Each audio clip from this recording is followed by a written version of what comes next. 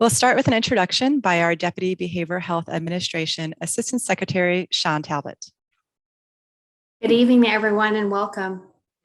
So let's talk a little bit about behavioral health transformation in the state of Washington. In May of 2018, Governor Inslee announced a 5-year plan to shift civil mental health out of the big state hospitals in favor of smaller community-based facilities, really moving away from a centralized model, converting the state hospitals into forensic-only facilities, and investing in additional community-based treatment options in order to treat civil patients closer to their home communities. Next slide, Susie. So the future of the RTFs in the state. So there are 3 RTF sites. The first, Clark County, which is in the permitting phase. Also Snohomish County, which is in the design phase. And Thurston County, which is in the construction phase. Next slide. So the Clark County residential treatment facilities will be 3 16-bed facilities on campus. One is going to be run by DSHS, and the other 2 will be contracted out by Washington State Healthcare Authority. They will provide safe and secure therapeutic treatment to patients. And we know that treatment in these smaller therapeutic community facilities improves recovery. And we really are committed to working with our community partners and being good neighbors. Next slide. Thank you, Sean. Now Larry Covey with Capital Programs will go into more details about the campus location and design. Good evening. We are proposing to construct a Clark County residential treatment facility on the corner of Northeast 50th, Northeast 159th. As the community knows, this area is absolutely wonderful. The property is 20 acres subdivided roughly into 2 equal parcels. The campus runs east-west. The property is bounded by Vancouver iTech Preparatory School to the west and single-family homes on the remaining sides. The property has historically been used for agricultural purposes. It is a park-like setting. Campus provides the opportunity to site the 3 facilities to maximize the openness and the beauty of the outside. Modern mental health design strategies have been maximized for this effort. These techniques include providing a welcoming, home-like environment, bringing the exterior view into the building, and creating a safe and supportive environment for patients, staff, visitors, and the community. The property is owned by Clark County as a business park. With this designation allows for a number of uses. A residential care facility is an acceptable use within the business park through a conditional use permit process. We have located the 3 facilities on the easterly parcel of the property in response to comments received by neighboring schools. This location will be accessed by Northeast 159th. The project will create a turn lane on the northern portion of Northeast 159th, install curb and gutter system, a planting strip, and a concrete sidewalk in front of the facility. Next slide, please. We identified 5 locations in the greater Vancouver area of Clark County during our pre-design study, as shown on this slide. Our review process included understanding these key elements: site development and permitting.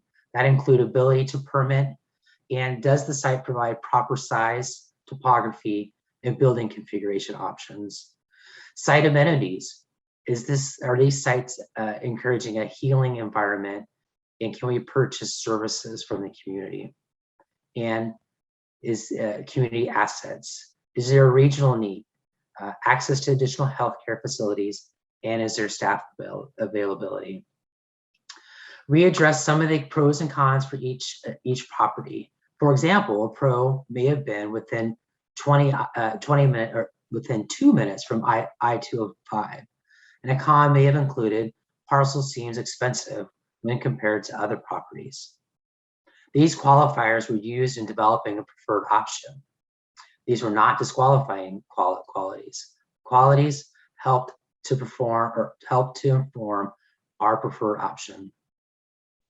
We initially focused on the property at 4th Plain Boulevard in Andreessen, shown in the middle column. After nearly 8 months of negotiation, the purchase and sale of the property fell through, unfortunately.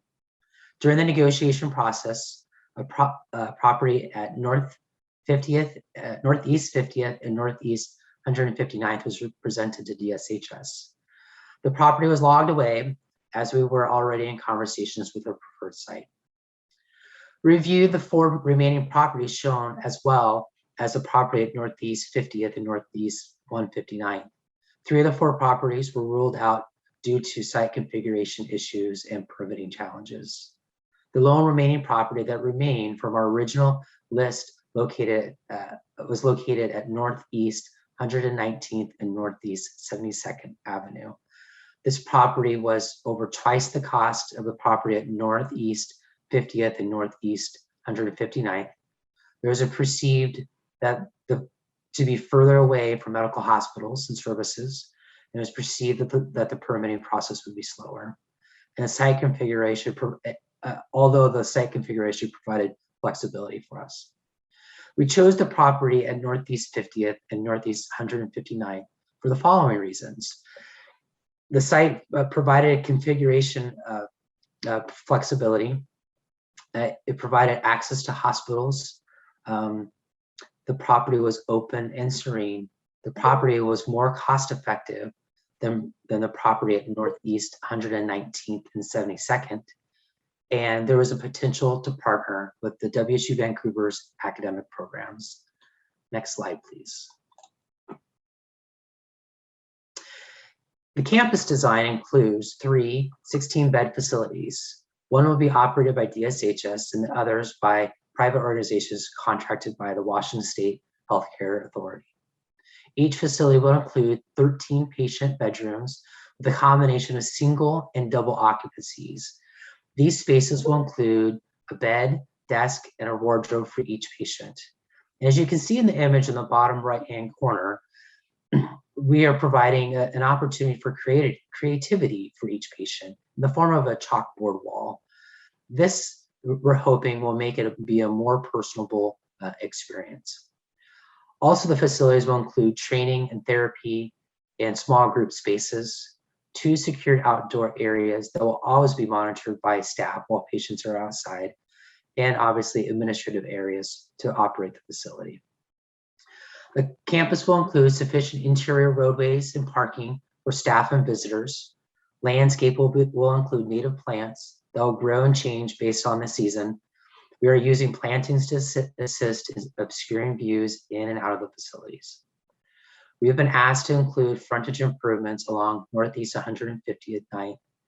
These improvements will include a turn lane on the northern portion of Northeast 159th, sidewalks, curbs, and gutters, and a planting strip with grass and trees. The facilities will be built using modern mental health design techniques. We are creating a connection to nature with colors and the opportunity to view the outside. The building has been mindfully designed for a safe environment for patients, staff, visitors, and our neighbors. Back to you, Susie. Thank you, Larry. I did want to make a note that we have several DSHS experts on the Zoom webinar with us this evening. We're just showing one at a time just to make it easier when we have the recording on YouTube. It's easier to view everything. And next, we'll have Janice Gogan, our Director of Community Transitions, talk about our patients and treatment programs. Good evening. Susie said, I'm Janice Gogan, and I am part of the clinical team that's been involved with the facility design. So first, I'm going to talk about our patients and our treatment program. As Talbot mentioned, we will be serving civil patients within this facility, all 3 of these facilities. There are 2 types of forensic patients. There are individuals who receive competency restoration, and they're not guilty by reason of insanity. For the patients that are in all these facilities, they will have gone through the competency restoration process, and then they would have been found not competent to stand trial, so not competent to participate in their court process, and not restorable, which means they're not likely to gain competency with additional rounds of treatment.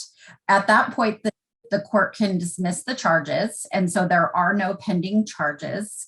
And then the court can order an evaluation for a civil commitment. So at that point, the psychologists do an evaluation, and they can go back to court and petition for a 90 or 180 civil long-term commitment. So those are the folks that we are going to be treating in the facility. We have gotten questions about the safety of these patients and given their criminal background status. And so part of the requirement from the legislature is that we come up with a risk acuity tool to screen patients to ensure that they can be safely served in these settings. We still intend to have some civil services at the state hospitals for the most acute patients, and those that are more moderately acute that can be served in these 16-bed facilities can be served in outside of the state hospital and in the facilities. Treatment includes all sorts of evaluations, including a psychological, we do a healthcare assessment, we do a social evaluation or a biopsychosocial that includes what kind of resources do you have in the community, friends, family, etc. We ensure that people have availability of medication management and stabilization. They would have different modalities of therapy, like individual and group therapy options. We will be utilizing evidence-based treatments to treat the underlying conditions that lead to the behaviors that have them hospitalized. The facilities include peer supports, which are shown to improve recovery in many, many ways, and really help people transition from that inpatient setting back into their lives in the community. And then additionally, people receive education about their mental health, their meds or their medications, and any other questions they have about how do they maintain their recovery in the community. Next slide, please. I've also received a lot of questions about whether we will have people lingering outside the facility or whether we will be discharging people just opening the door and saying, oh, you're done, you can leave now. And so we wanted to assure you that we do very thorough discharge plans, and those include developing individualized wraparound supports. And I would say most people come to us currently unhoused or housed, and we work on establishing housing for them, making sure they have mental health treatment, that they have medical care. That can be at a variety of levels of care. They may need case management, additional peer support, therapy, medical care. They may need a high intensity program that meets with them every day, and they need weekly, meetings with their case manager. Additionally, we do well-coordinated handoffs to the discharge location. So the patient is transported from the facility to where they will be staying afterwards. All right, Susie, that's back to you. Thank you, Janice. Chuck Anderson, our Director of Operations, will spend a few minutes on safety and security. Good evening, and thanks for joining tonight. During the design of these new 16-bed facilities, emphasis was placed on safety for the patients, staff, and surrounding community. When construction is complete, these facilities will both be aesthetically pleasing inside and out, but also extremely secure. Each facility shall be equipped with redundant security measures and systems and adequately staffed 24/7. Authorized staff will be the only personnel allowed to enter the buildings unless scheduled and escorted by facility personnel. A proximity ID card will be scanned to gain access into the main entrance. Should a proximity card be lost, stolen, or is not returned when an employee leaves employment, the proximity card will be removed from the security system. Once in the foyer area, keys for the facility must be retrieved from the key watcher system. This requires an active proximity card and other security information specific to that employee. Once keys are retrieved, entrance into the living unit requires the employee to move through a sally port, which is a double door configuration on each end of the entrance corridor. This requires use of both the proximity card and a specific key to enter or exit each door. The facility is also equipped with alarm annunciation of vital area doors and closed caption TVs throughout. All main entrance and egress areas are monitored by line of sight CCTVs or both. All staff should be trained in de-escalation techniques as well as facility security measures and protocol. Although civil patients will receive treatment in these facilities, the security elements of these facilities are similar to the forensic or competency restoration side of Western State Hospital, which is much more secure than the civil. The forensic side of the hospital has had one patient escape in the last 5 years from that facility, and they were returned to the facility within minutes. Keep in mind, this facility treats the upwards of 300 patients. The maximum census on this complex will be 48. I know members of the community are very concerned about possible unauthorized leaves from these facilities. Although no security system or program is fail-proof, the system designed for these facilities is robust and the likelihood of this occurrence is very low. I also heard concerns about visitors to the facility causing traffic or other impacts to the surrounding community. The fact is that many patients do not receive visitors. If patients do receive visitors, it'll be scheduled and only so many visitors are able to be accommodated on a daily basis. Means to contact local law enforcement and identified stakeholders shall be established and accomplished in a timely manner should an unauthorized leave occur. The treatment shall occur in each individual facility and trips to the community shall be limited to required medical appointments and the patient will be under escort. The only other time that patients will be outside the facility will be while in the outside recreation area, which shall be enclosed by 12-foot no-climb fencing. Patients will also be monitored by staff presence and CCTVs during this time. Back to you, Susie. Thank you, Chuck. I just wanted to let everybody know as a reminder that we will be answering questions at the end. We just have a few more people who will speak first. And now we'll have Sean talk about what's next. Yeah, so what's next? So Clark County's review and approval of the conditional use permit is upcoming. Design is finalized for the 3 16-bed facilities and site features. Construction will start in 2022 and the facilities will open in 2024. Thank you. Now I'd like to introduce Angie Deerdorf, a parent of one of our former patients who would like to share her story. Good evening. Thank you, Susie. My name is Angie, and I'm here tonight to offer my support of community-based residential treatment centers like the one proposed for Clark County. I hope my story as the parent of a young adult who has been hospitalized several times over the past few years while trying to find a diagnosis and effective treatment for a serious mental illness can add to an understanding of why changes in treatment are needed. In high school, my son Will was a kind, sensitive kid who had been in a program for talented and gifted students.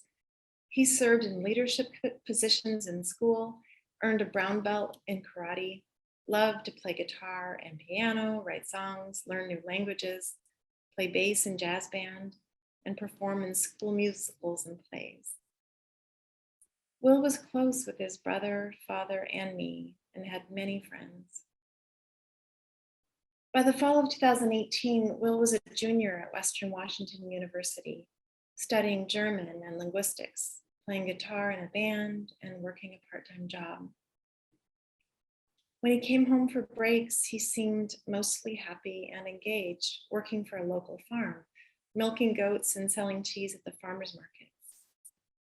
I didn't know the extent to which he had been struggling with homesickness, anxiety, intense grief from a bad breakup, self-medication, and a growing substance use disorder, and the gradual onset of serious mental illness.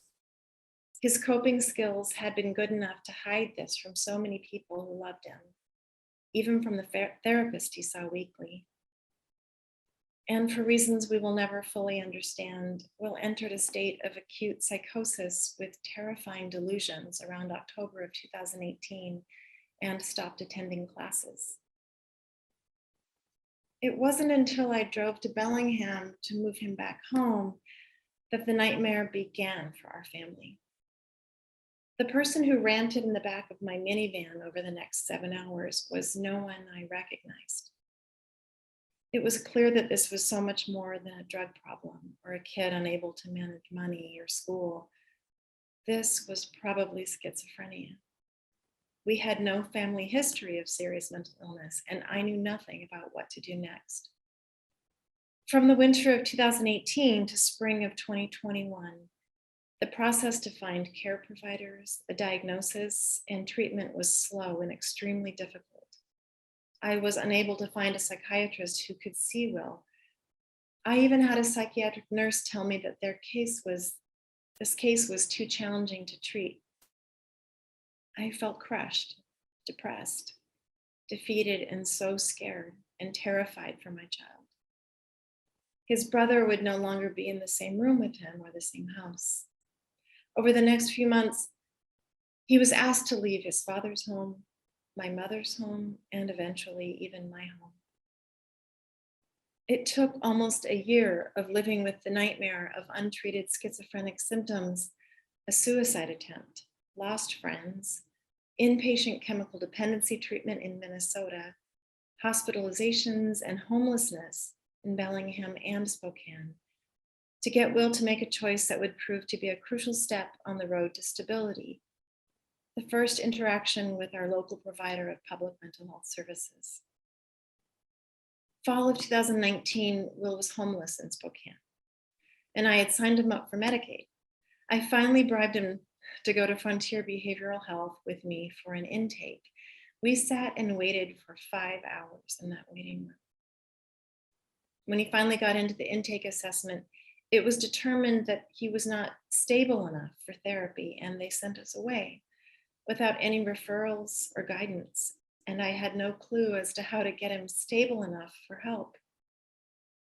It took another 6 long weeks of chaos and Will living in shelters, at times in motels, a few short stays at my house, a few in emergency departments and hospitals, sometimes leaving against medical advice, before Will was transferred to an evaluation and treatment center on a 90-day involuntary detention. While the time at this location allowed providers to learn a few things about my child, these sterile places were never intended for such long stays. Will never had a breath of fresh outside air. He ate cold or microwaved meals and watched hundreds of hours of television. There was no mental health therapy or physical activity. After another year of involuntary hospitalizations, misdiagnoses, addictive or ineffective prescriptions, long stays in short-term stay centers, and discharges that soon led to decompensation, self-harm, an eating disorder, and severe anemia, Will was finally admitted to Eastern State Hospital in February of this year, over 2 years since symptoms exploded.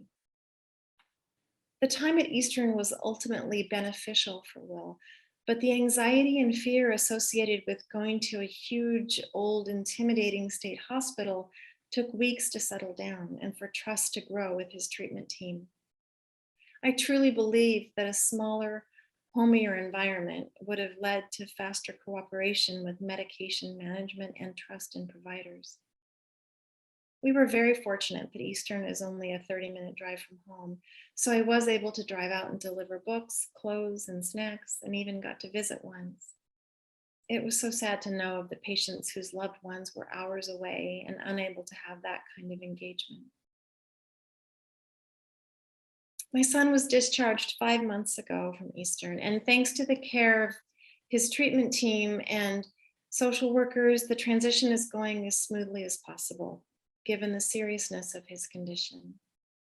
He's also on disability benefits now and on an LRA for the rest of the year, which requires that he continues medication and remains sober. He attends group meetings for substance use disorder, spends a lot of time with family, and we are all healing very slowly. Will credits Eastern and his new long-acting injectable medication with saving his life, and he's interested in going back to college someday in some capacity. As a family support group facilitator for the National Alliance for Mental Illness, Washington, I hear so many stories from family members who were on the verge of collapse with exhaustion, grief, and anger over how hard it is to connect their loved ones to decent care. Sometimes it feels like an impossible task to convince someone in psychosis that they are truly ill and that medication might help them. I believe that the only reason my child is where he is today is because of the laws providing for detention when he has been harming himself or has been gravely disabled and would not voluntarily agree to treatment. But the revolving door of detention, a bit of stability, discharge, decompensation, and the next acute phase, detention, repeat, is a cycle that needs to change. The future of behavioral health care in Washington State and smaller community-based residential treatment centers like the one proposed in Clark County would provide faster stabilization for so many patients like my son. Thank you so much for listening.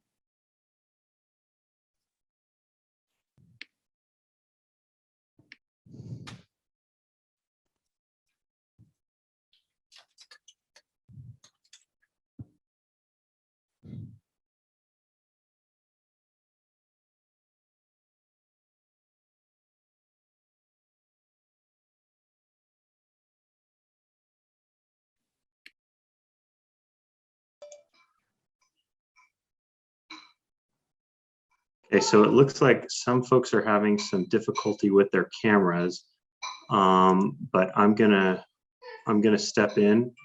My name is Tyler Hempstead. I'm Media Relations Manager for BHA, and I'm going to see about what we're going to do and changing the background. So just give me 1 second.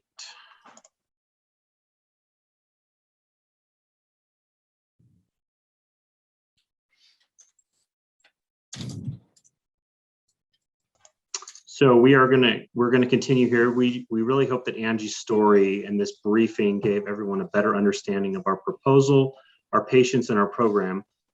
Before we open it up to questions, I'd like to point out that after the town hall, you can if you can find more information at our website, there's the link right there. And you can also, if you have additional questions later, you can also email us at bhacommunications@dshs.wa.gov. We're gonna and now we're going to transition to the question and answer part. So like Susie had mentioned on there, please enter your question into the chat. It looks like we have about 11 questions at this point, and we will direct it to each of our subject matter experts. They'll come on and address it, and then we'll go through. If you have a follow-up question, you can feel free to enter that in as well. I'm going to start with the first question, and this is going to be for Chuck. Is this a locked down facility? How many guards? So Chuck, you want to answer that? Thank you, sir. So I had this question posed a few times when we were in Clark County, and we want to create a therapeutic and non-correctional environment. And really, safety and security is everyone's job there. So there will not be guards. It'll be everybody's that works the facility's responsibility to be responsible for following established security protocol. Okay, thank you, Chuck. We have another question. Why do you think it's going to work? I think that's more of a philosophical question about the facilities, but we're going to address that anyway. What kind of practices will you be using? That is a treatment-based question, so I'm going to direct that to Janice Gogan. So go ahead, Janice, if you are able to. I can't unmute.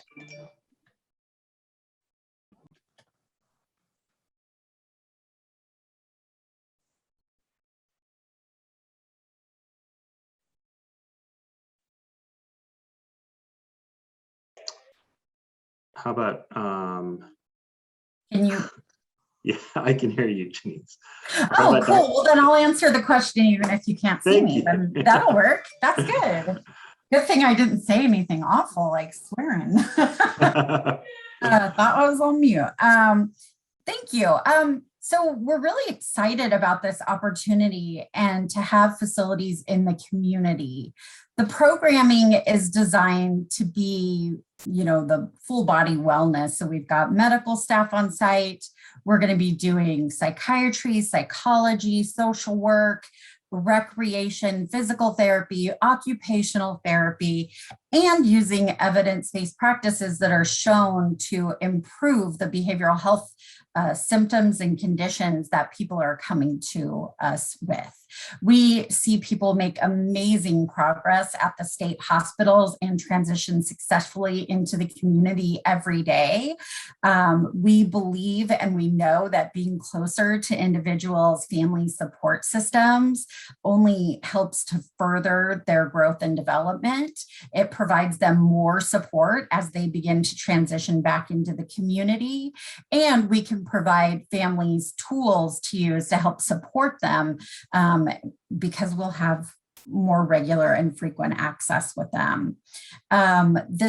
This facility also has a learning lab, so we'll be able to teach activities of daily living like cooking, meal planning, budgeting, all sorts of cleaning, laundry, things you would need to live in the community that you may not have gotten to practice recently. So we've got the ability to provide all of those things.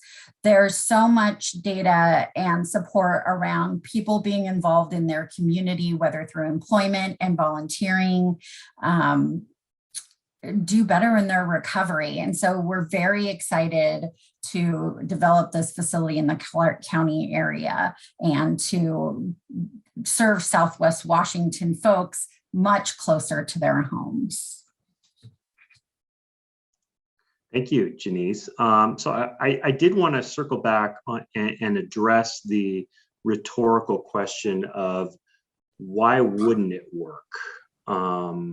Because I mean that's a good maybe not phrased a great way, but that's a good question. Dr. Wablinger, did you want to chime in on that one? Sure. I am this is Brian Wablinger. I'm the DSHS Chief Medical Officer, and I've been involved in this process throughout. And I think the question of why will it work? One should ask the question, why wouldn't it work? We are bringing individuals closer to home. We're providing them more intensive treatment than they have historically been able to receive, and they will be closer to their supports and their eventual discharge. So I think all of those will help them to succeed after they get out of the hospital, because that is ultimately the goal, that our individuals will be on the road to recovery and eventually return to the community and have a meaningful and productive life. Thank you, Brian. Appreciate that. So we have another question. I have several concerns. First of all, is that this facility is within a quarter mile of 3 schools. For this reason, we would not give our approval for this proposal. It is irresponsible for this site being considered. I'm gonna ask Larry to address some of those concerns. First of all, I do want to say that we did have some private meetings with ITech as well as Gardner School of the Arts. And we answered some of these questions with their leadership early on. And we're also working on a good neighbor agreement with our community partners. We want to be a good community partner. And we operate on transparency and reaching out to our community partners. But I want to give Larry the opportunity to respond to this one. So Larry.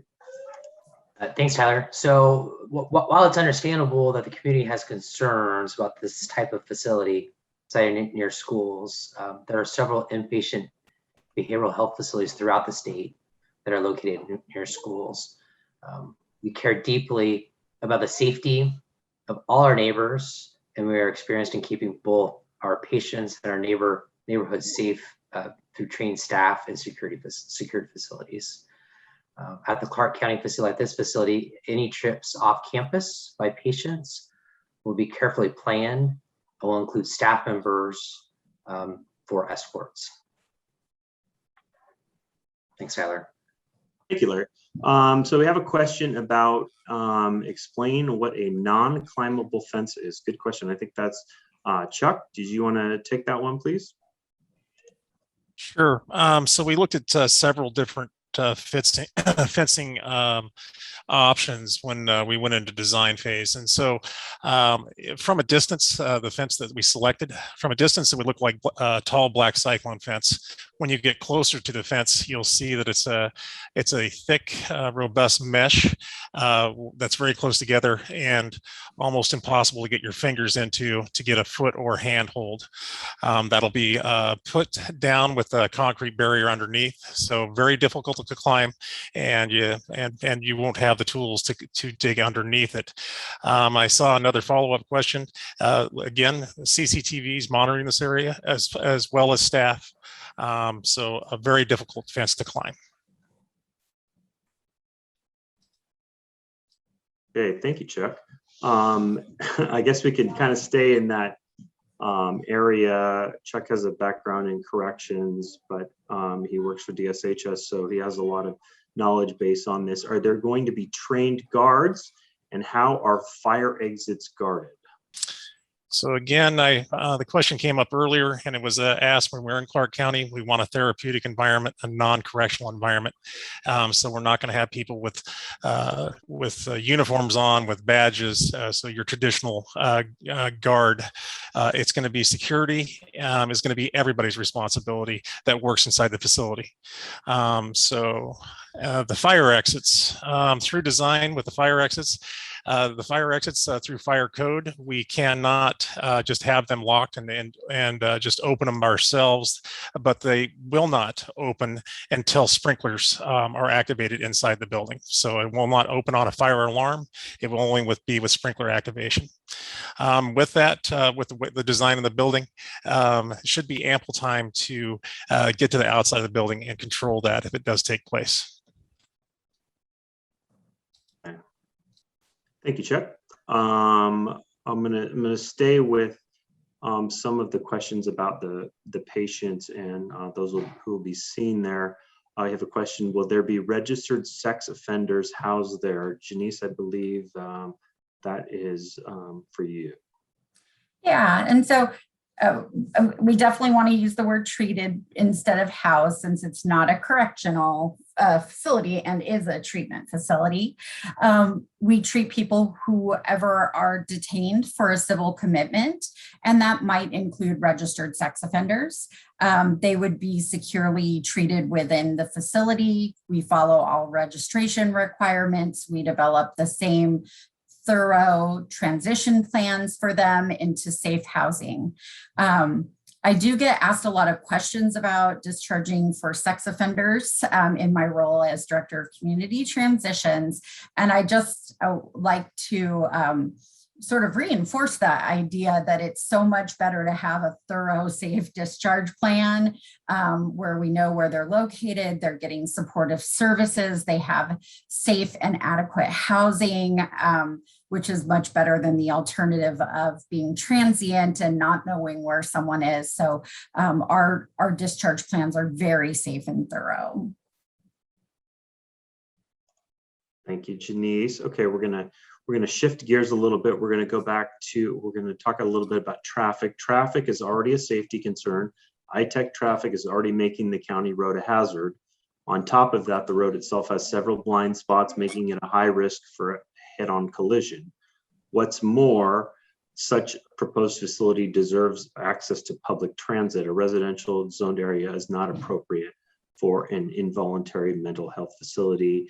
Larry, could you talk a little bit about the traffic and mitigation, as well as some of the, I understand there's some of the sidewalk, we'll have some of the sidewalk mitigate or frontage improvements as well. Sure. Thanks, Tyler. This is a great question. As part of the conditional use process, the county has required us to do a very in-depth traffic study that analyzes multiple intersections in this area and the potential traffic flow from in and out of this campus. We'll be working hand in hand with Clark County to define what sort of mitigation efforts need to be made.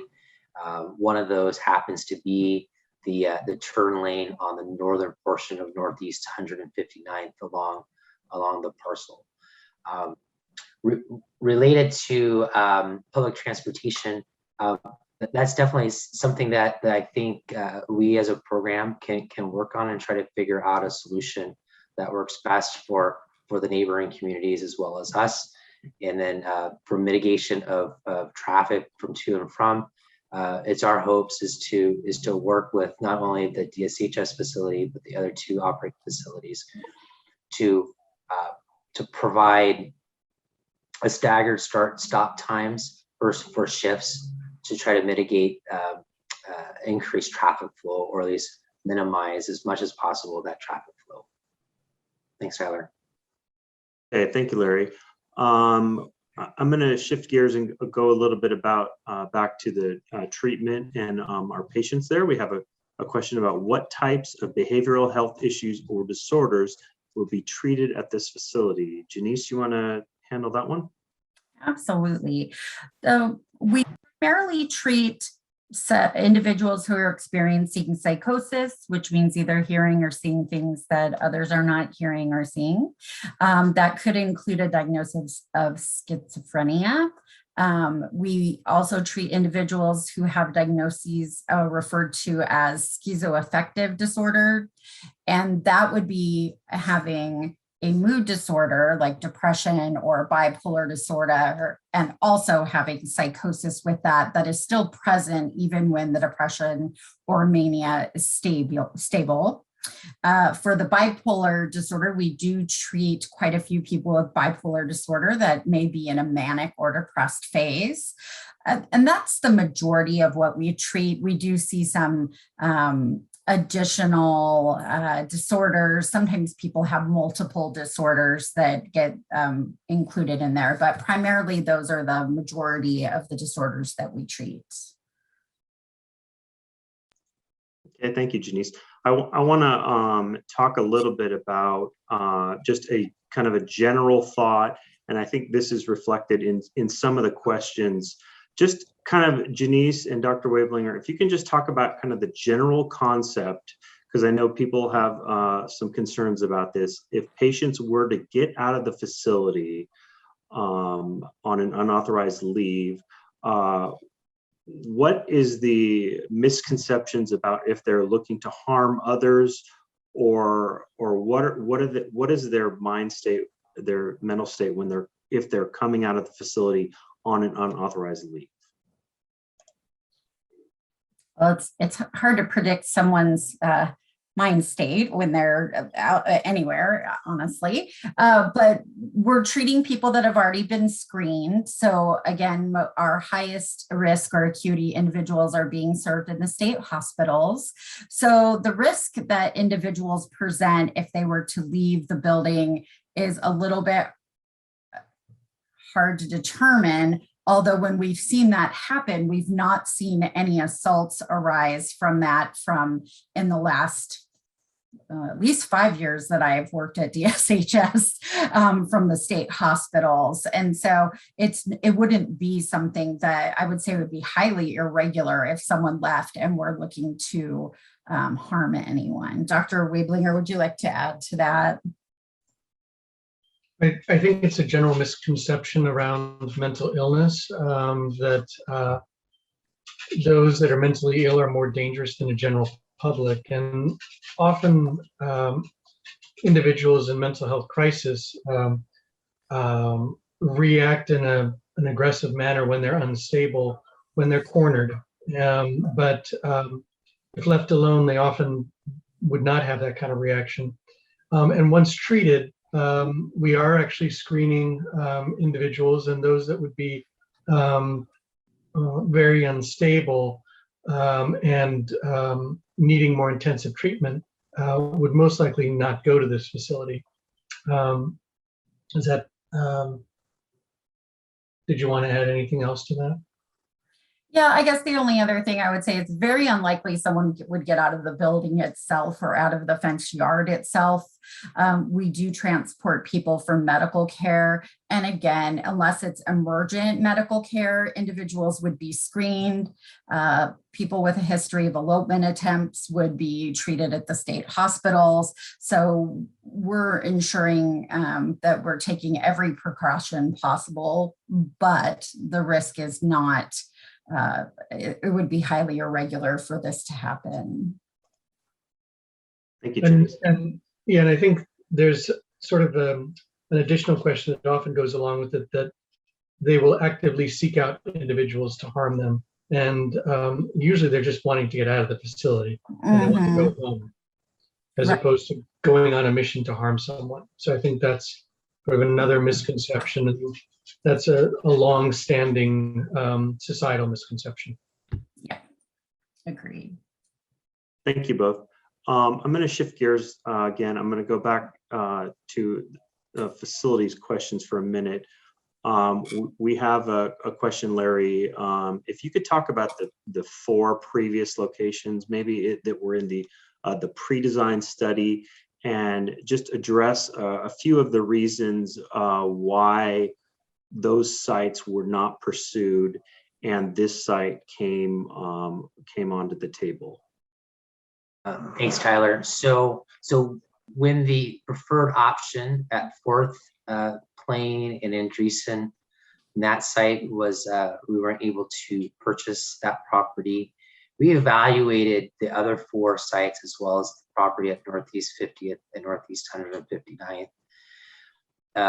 When we evaluated those sites, we found that that several of them, due to additional design work that we had completed after the pre-design study, that those sites would not be able to support the configuration of the buildings to make up the 48-bed facility or capacity. The another contributing factor was that there was permitting challenges. So length of permitting a process was also a challenge for at least one of them. And then there's also another cost concern regarding one of them being a lot higher, twice as much as the property at Northeast 50th and Northeast 159th. There's also proximity of medical facilities or hospitals was another consideration that we did take a look at between the 4 that were identified in the pre-design study. I think that's it. Thanks, Tyler. Okay, thank you, Larry. I want to swing back, since security seems to be of concern here with the schools around. We understand that, folks are asking about, they're more comfortable if guards are at the facility. And so, Chuck, I was wondering if you could maybe talk a little bit about some de-escalation techniques, and again, kind of the key card and the escort piece for patients inside the facility, and those security measures. Well, I understand just in general, people like to have guards. And I'll tell you, at Western State Hospital is we have guards at Western State Hospital. The difference between a guard at Western State Hospital and other frontline staff is the uniform they wear.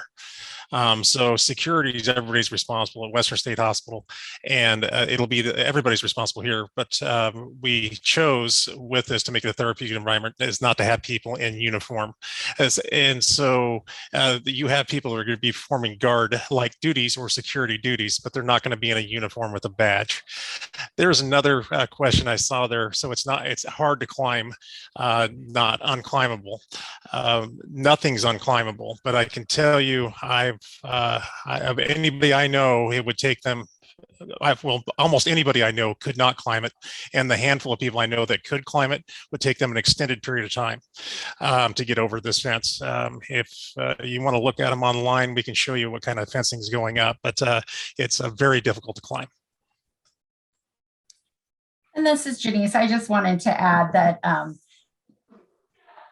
we don't want to criminalize the mentally ill. We want to make sure they're getting treatment and that they can be reintegrated back into the community. And so adding in guards or security creates some power dynamics that can be problematic for a lot of individuals who've experienced mental illness that have had unduly difficult relationships with law enforcement, with Department of Corrections at times. And so the idea of guards sometimes is actually counterproductive because it creates extra tension in that space.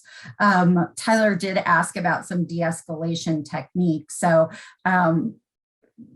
often we use techniques that are really focused on being trauma informed.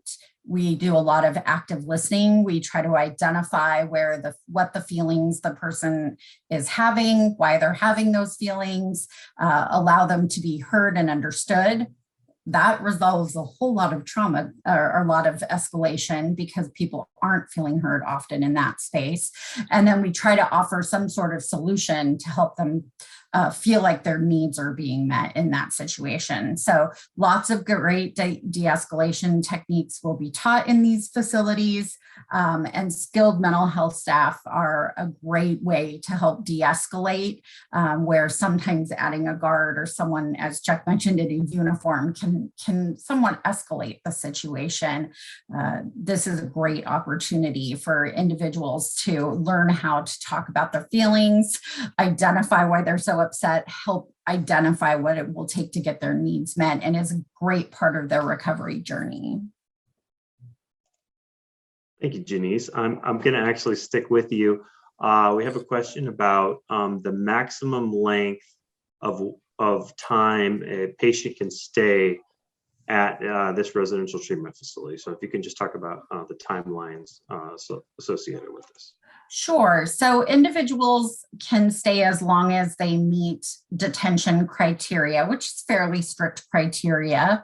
And so initially in the civil commitment process, if you're at a long-term commitment stage, it would be a 90-day, and then it would go to a 180-day. And we could continue to file 180-day commitments until you've met your treatment goals and you're safe to discharge into the community. So there's really no specific limit on that. And there's also such an individualized question that there's not a particular average that we can give for that.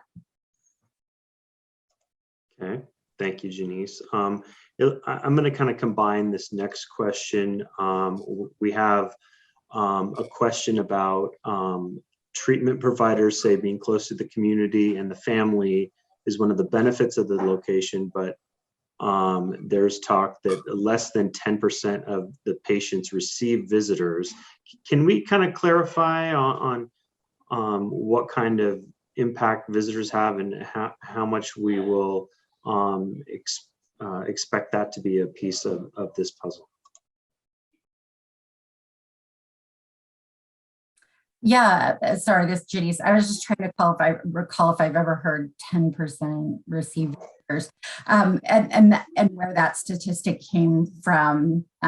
If that was a state hospital statistic, that may have to do with how far away people are being treated from their families. So we will have designated visitation times for people to come and work and meet with their family. We have designated visitation areas.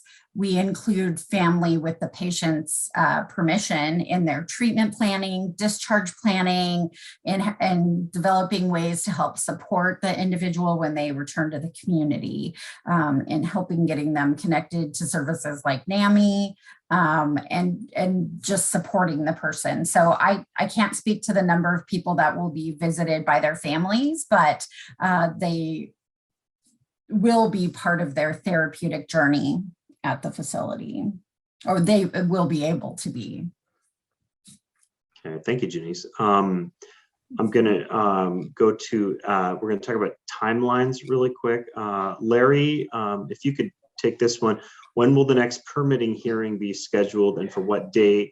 And what's the deadline for the comment in the proposal to for the wetlands? Sure. Thanks, Tyler. So DSHS has received some additional questions last week from Clark County that has allowed DSHS to put the conditional use permit process on hold. Those questions were revolving around stormwater, the stormwater design. They wanted some additional design and analysis work to be provided. We're actively doing that work right now.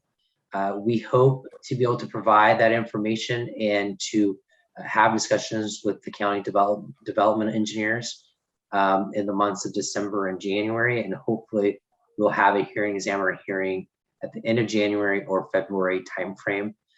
Regarding questions or comments, I would say feel free to go ahead and send those on to Clark County directly, or you can also send them to us directly. We're more than happy to share that with Clark County as they come in, and we'll do our best to answer those questions as quickly as possible. Thank you. Okay, thank you, Larry. I'm going to stick with you, Larry. And we have a site on the scoping process. Did this site undergo the same scoping process the other sites went through? Was the process complete and the decision made before the state purchased the property?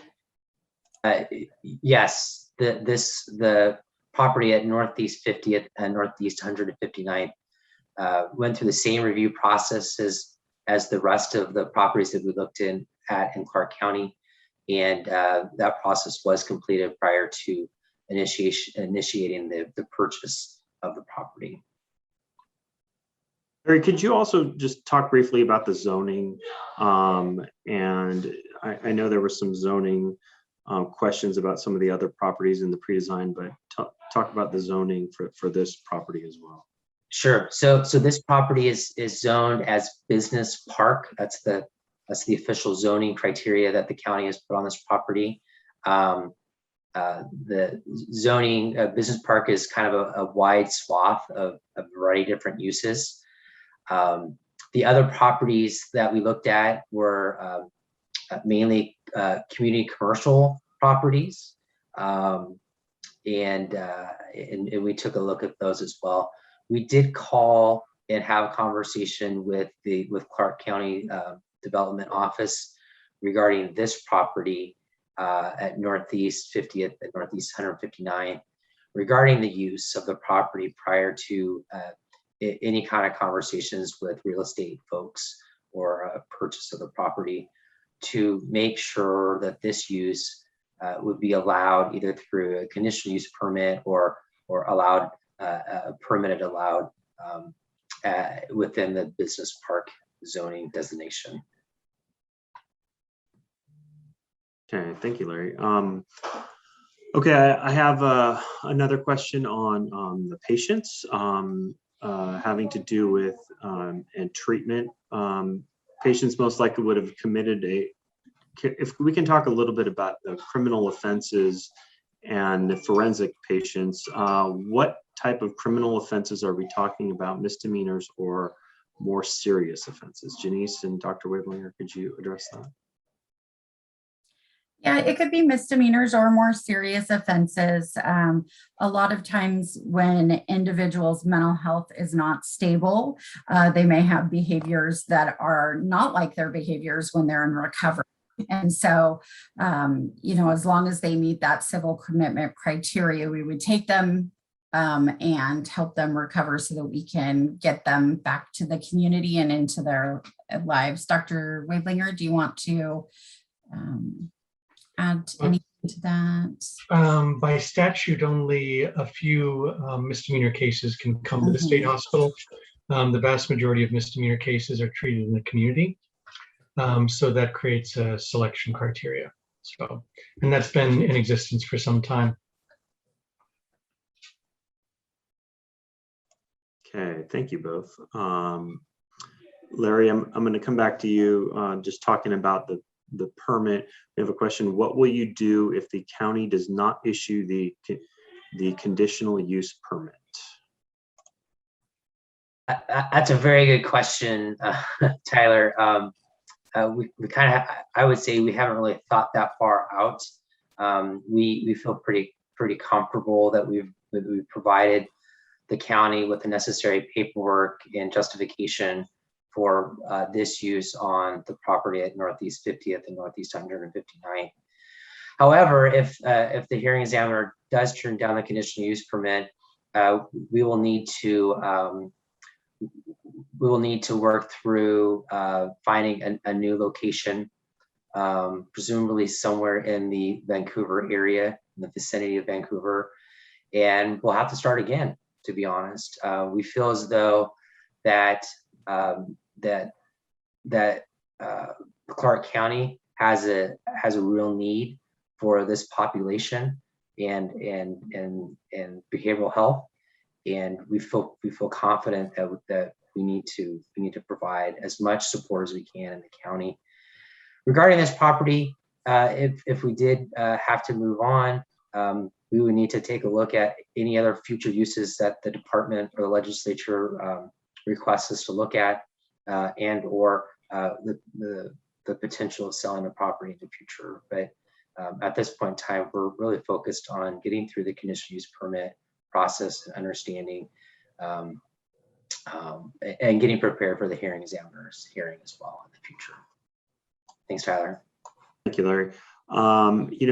I've seen a trend in some of these questions talking about this location not being close to public transportation, and it's kind of twofold. And Chuck, if you could talk a little bit about the process of patients being admitted and the process of patients leaving the facility, and Janice, feel free to chime in on this as well. But I think some people are saying, why did you choose this facility? It's not close to a bus line or public transportation, but and if we could just talk a little bit about the role in that as well. And Janice, I'll start, but you can follow up on it. Is the patients coming to these facilities are going to be transported to the facility, and they'll be transported away from the facility when their treatment is complete, and they'll be transported by staff if they're going into the community for medical visits. There won't be patients riding public transportation for any means that I can think of. Do you want to follow up on that, Janice? Correct. The patients would not use public transportation, will be transported away from and to the clinic. And I guess that would only potentially impact staff. I can't, if someone wants to clarify the question about public transportation, that would be very helpful.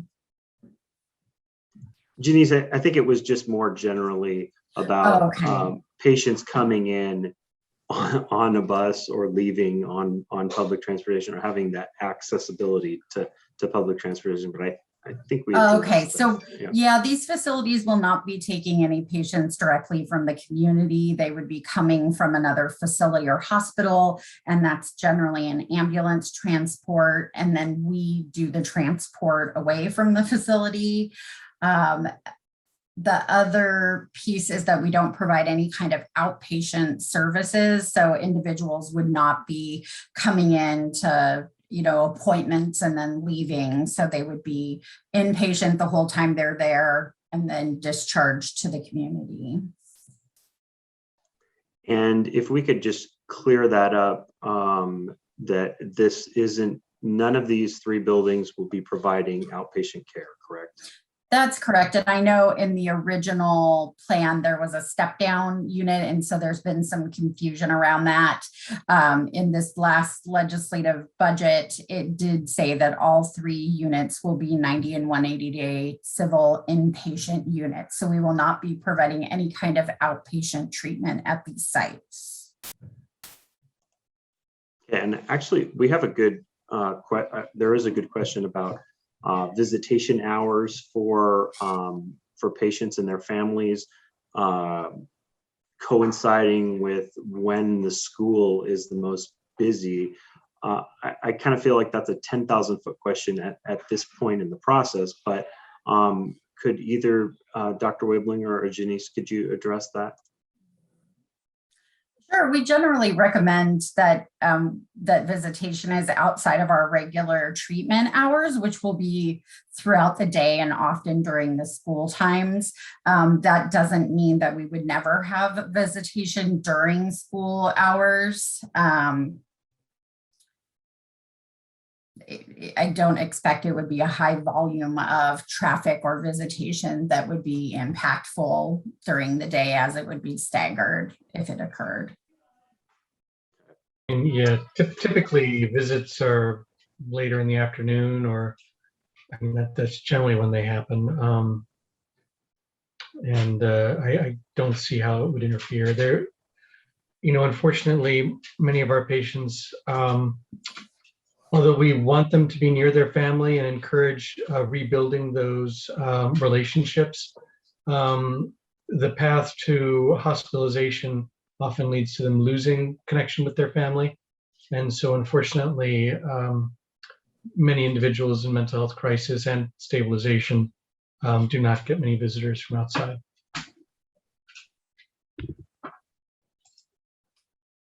Thank you, you two. I want to circle back on a site question.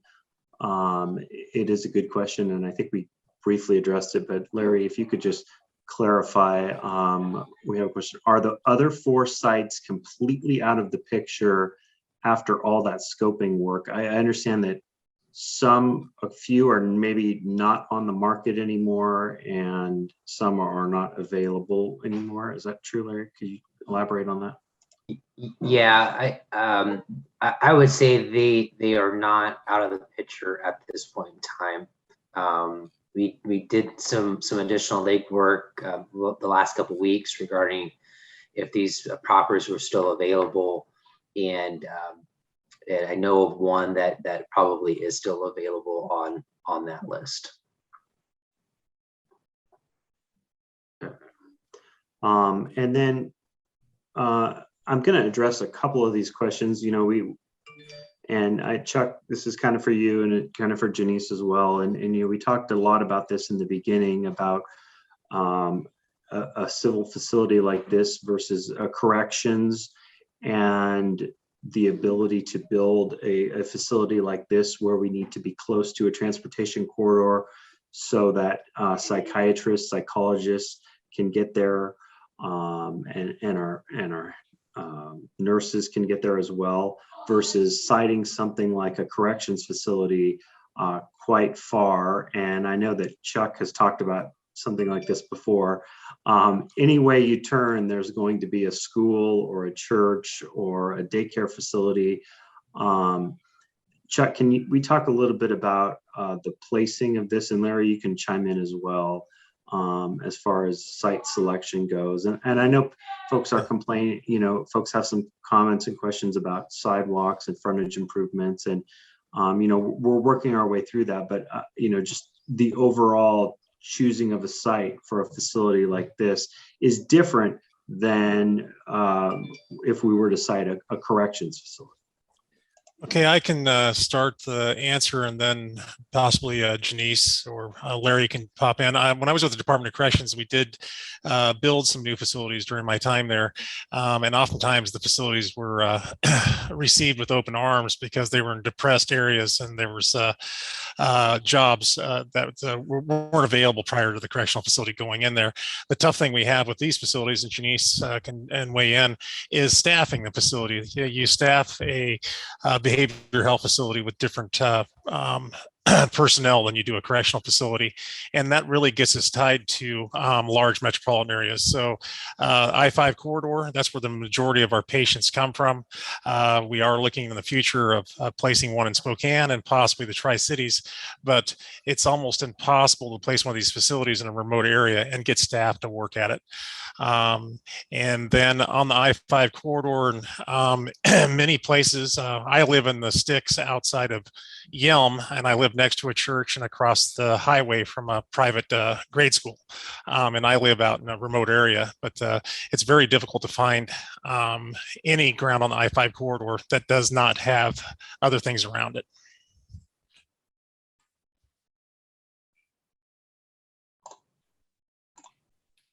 And, Yeah, that was a and good answer.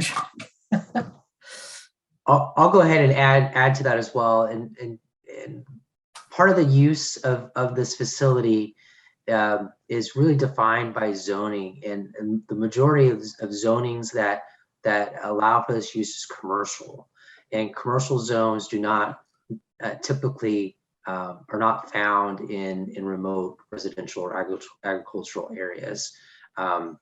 So and then having a piece of property of 5 acres or more is also a complicating factor, looking at properties to along the I-5 corridor for a facility like this.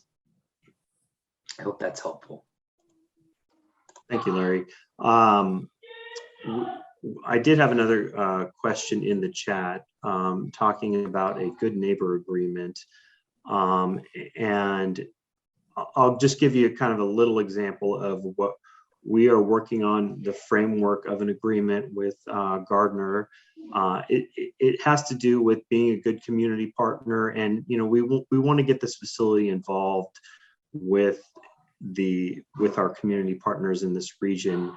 We don't know what the makeup of the Good Neighbor Agreement is just yet, but some of the things that we've been considering is having an advisory board made up of community members.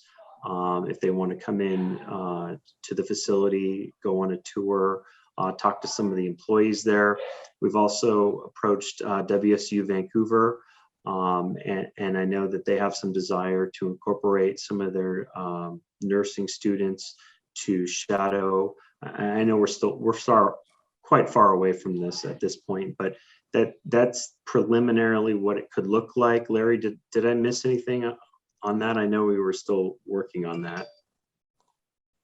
Oh yeah, and I want to say our partners at HCA are still looking over that, since 2 of the facilities will be run by HCA contractors, and then 1 of the facilities will be DSHS. Yeah, Tyler, I think you got most of that. It's really a kind of a partnership agreement and laying out the groundworks for how do we communicate with our partners in this agreement, what that may look like, and kind of moving forward on those strategies for communications. We think it's a valuable tool that we're trying to work through with the Gardner School for Arts and Sciences, and we're excited about completing that effort and understanding better what makes sense, at least in their case. Excellent, thank you, Larry. So I just want to say we're laying out about 15 more minutes. So if you have a question, just continue to type it in. I'm doing the best I can to get to all of these questions. And let's see. So I did want to take a minute to talk about our relationship at Western with Steilacoom High School and how that has worked. Chuck, can you elaborate on that for me? Well, you look at we're looking at a 48-bed complex here, and then we have Steilacoom High School, and you could right across the street from a 837-bed Western State Hospital. And our relationship with Steilacoom High School and its superintendent and other executive staff is excellent. So we do have in our for our UL or our escape criteria is that we contact Steilacoom High School if we do have a UL. But overall, our relationship is very good with Steilacoom High School, and I think Larry, you might be able to add to that as well.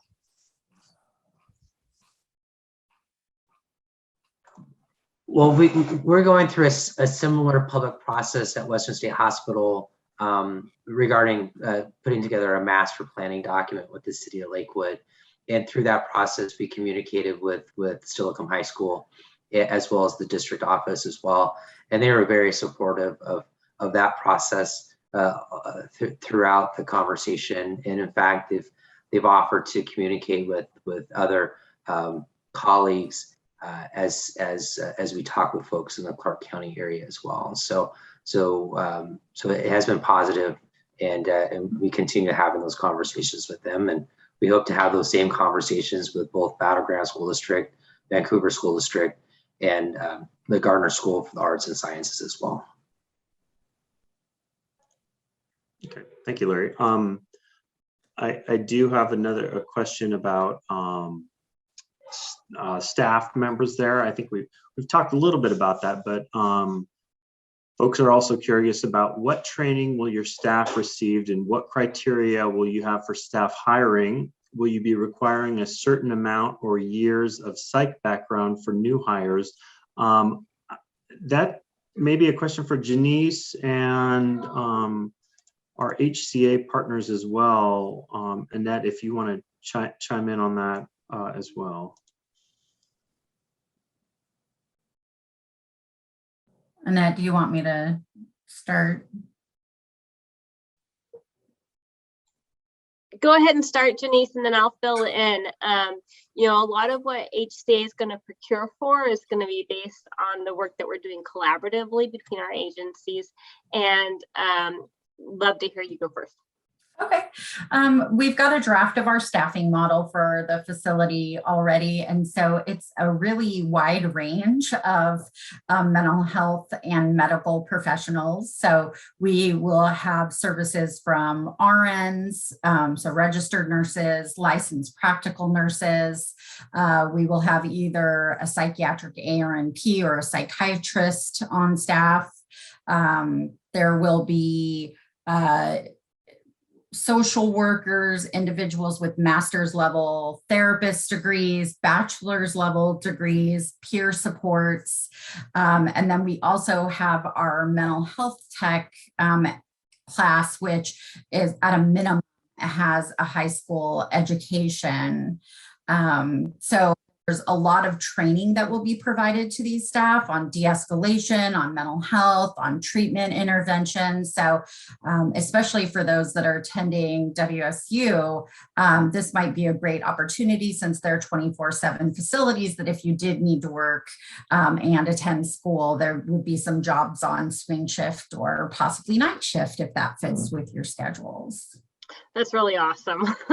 Thank you, Janice. You know, from HCA's perspective, we're in the planning stages. We want to offer a procurement that gives an opportunity to bring in excellent services into the region. So we're working collaboratively with DSHS, making sure our requirements all align since we're all on the same campus. I really appreciate the overview, Janice. I don't know, anything else for me?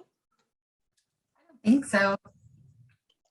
Actually, I'm gonna stick with that staffing question. We have a question. Elon Place, someone was mentioning them. They closed down because of staffing unavailability, and this might lead to a broader issue. So I think we may not want to get specific, but you know, there's questions about how will we get 150 qualified staff members. So maybe you guys can address that as well. Well, I guess we start with saying, yes, there is a mental health and nursing staff shortage nationally. It isn't just us that is experiencing that in our state. And so we do our best to recruit. There's some workforce development work happening within the state system right now that should hopefully lead to more individuals entering the field. We do have positions with varying degree levels to ensure that you know, we can provide different levels of care and service. So I think it's a lot about creative recruiting, valuing our staff, giving them good supervision, allowing for career growth and opportunities for them. And then additionally, as Dr. Wiglinger just reminded me, we also tend to do phased openings. So if we only have enough staff to serve 2 patients, we can serve 2 patients as we work on hiring additional staff for the facility. And from HCA's perspective, we're so excited to do this work. It's going to be incredible too. First in the state, we haven't done a procurement like this. We are going to go seek out the greatest care we can bring in and partner with DSHS, who has excellence in this area. to be able to provide the high quality care. As we look towards, finalization of the construction plans and all the other work that we're doing with our community partners, we're going to really be hunkering down and figuring out our procurement strategy and dealing with how do we bring in those staff as well. Okay, thank you, Annette. On the topic of staff, I have another staff-related question. This question addresses the number of worker assaults at DSHS facilities, mainly Western, and that is resulting in staffing shortages. How will this be prevented if this proposed facility moves forward? So Chuck, can you talk a little bit about that and the differences between Western, and Dr. Wablinger, feel free to chime in on this as well, the differences between Western and this proposed facility as well. Well, it might be more of an answer for Janice or Dr. Wablinger, but Janice had already mentioned there'll be a screening process to get treatment at these facilities.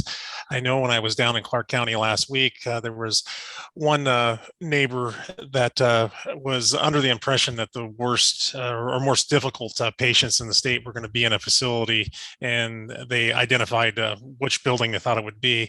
And the fact of the matter is our most difficult patients are still going to remain at Western State Hospital. They'll be screened to come to this facility. I don't know if you can give any more clarification on that, Janice or Dr. Wablinger. I'll add that we're treating 16 individuals in this facility, where the typical ward at Western State is between 25 and 30 patients. And so having less individuals means that there's less noise. It means you can be in a more therapeutic environment. The facility design itself is designed to reduce noise. There are multiple nature nooks so that patients have more than just a day room to sit in. They've got some places that they can go, connect with nature, have some privacy.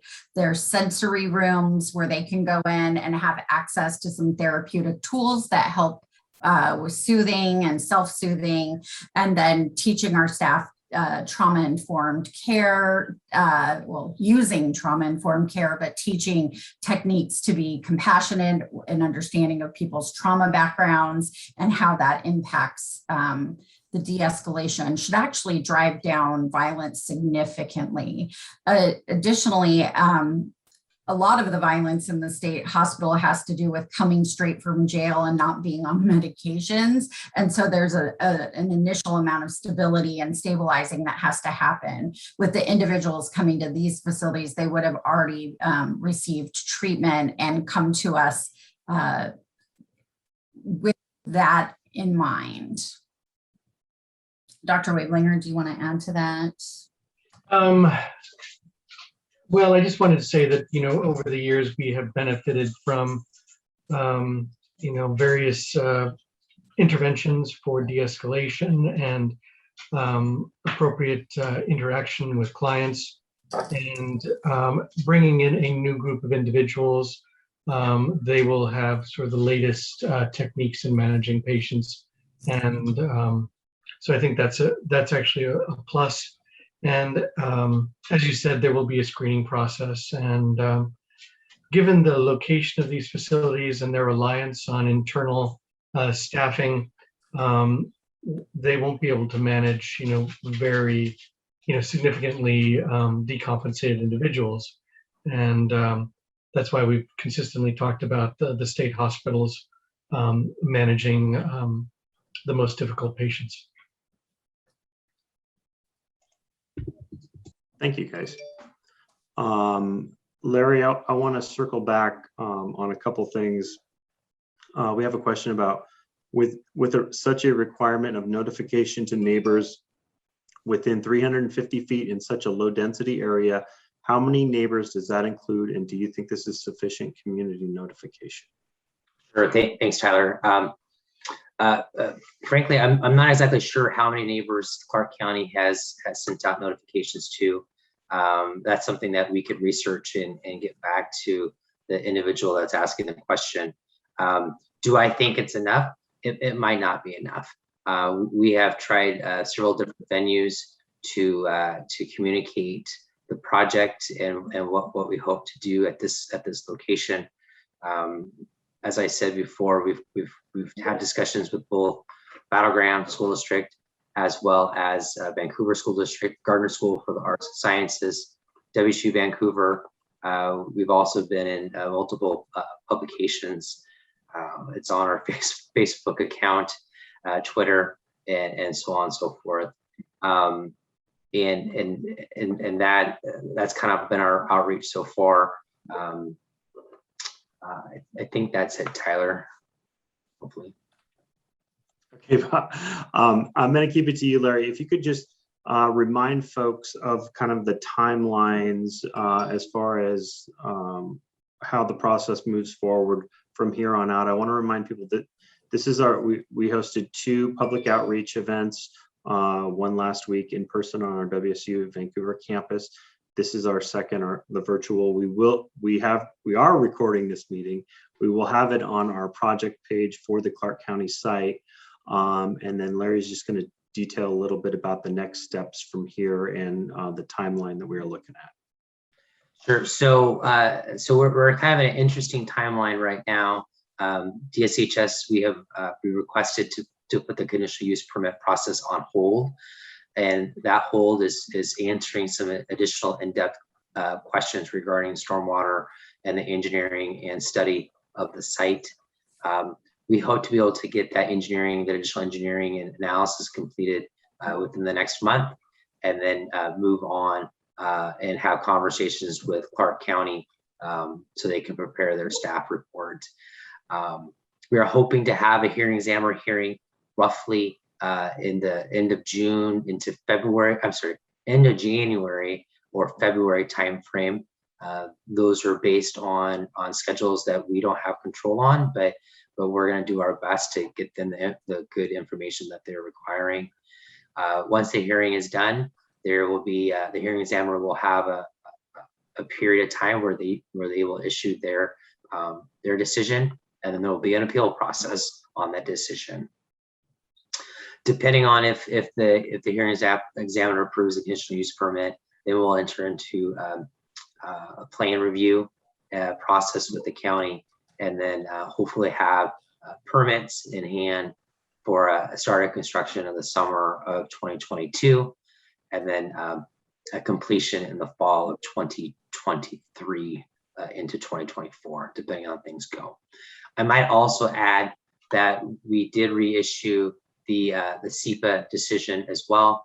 Comments are due back to, I believe, us November 23rd.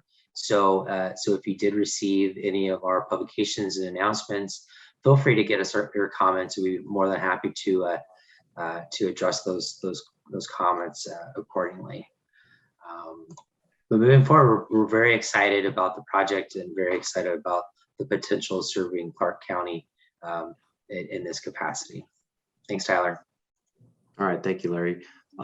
So again, I want to say we're at the end of the time for the town hall. Thank you everyone for joining us, submitting your questions. We tried to get to as many as we can.